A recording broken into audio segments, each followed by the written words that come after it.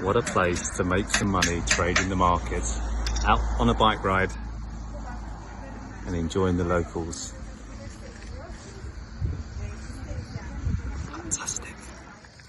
Markets being halted in individual stocks in the US and in the London Stock Exchange isn't uncommon at all. And this is where a stock moves so far, whether it's long or short, and circuit breakers kick in and the stock pauses for trading for a certain period of time. Now, that's pretty common. You see that pretty much every day on low cap stocks in the US. Now, does it happen on the indexes themselves, the NASDAQ, the S&P 500, the Dow Jones? And the answer is yes, it does. So limit ups and limit downs are quite common.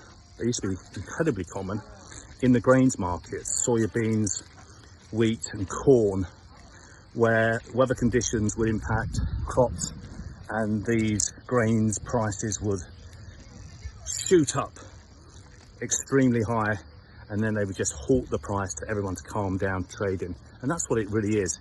Everyone calm down, let's trade in an orderly fashion and let's get back to normality. And limit moves in the stock markets do happen. So if a NASDAQ move happens, maybe a plunge in the market, which we could see happening any moment, the way the world is going, then it could pause for trading. And basically what it's saying is everyone just calm down. Let's trade orderly here.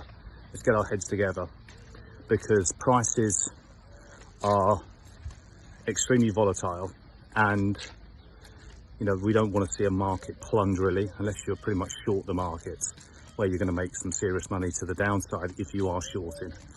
Okay, so be careful about individual indices. Yes, they do have halts, and you just got to be careful that you want to be on the right side of those halts, most definitely.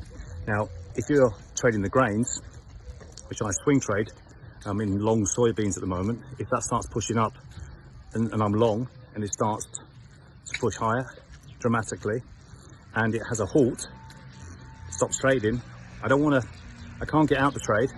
I don't want to sell it because it's not trading any longer. And normally what happens then, it gaps up again. Now, I think, and don't quote me on this, I think when I was trading grains many years ago, it's a great market to trade, guys. You can spread bet the grains as well.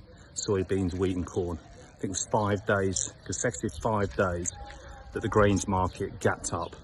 So if you're short the grains and it gaps up, limit up every day, a maximum amount, and that amount of changes per day, it used to anyway, then you're in serious trouble if you are short that market. But if you're long, you just go for the ride, guys, and just stay limit up. And you'll see if it's limit up, because the price on a chart will be sideways. The candlesticks, there'll be a horizontal line. You won't see any trading. And the same for individual US stocks as well. Mainly in the small caps, those get halted. In the indices, it's rarer, but it does happen. You do see limit moves, and we might see one soon. So if it does stop trading, then you'll know why. Check out the exchange websites, because it gives you an update of the percentage moves per halt. And as I said, we haven't had one for a very long time, I don't think anyway. I remember the last halt we've had in the indexes. Speak to you soon. Happy trading. Be safe.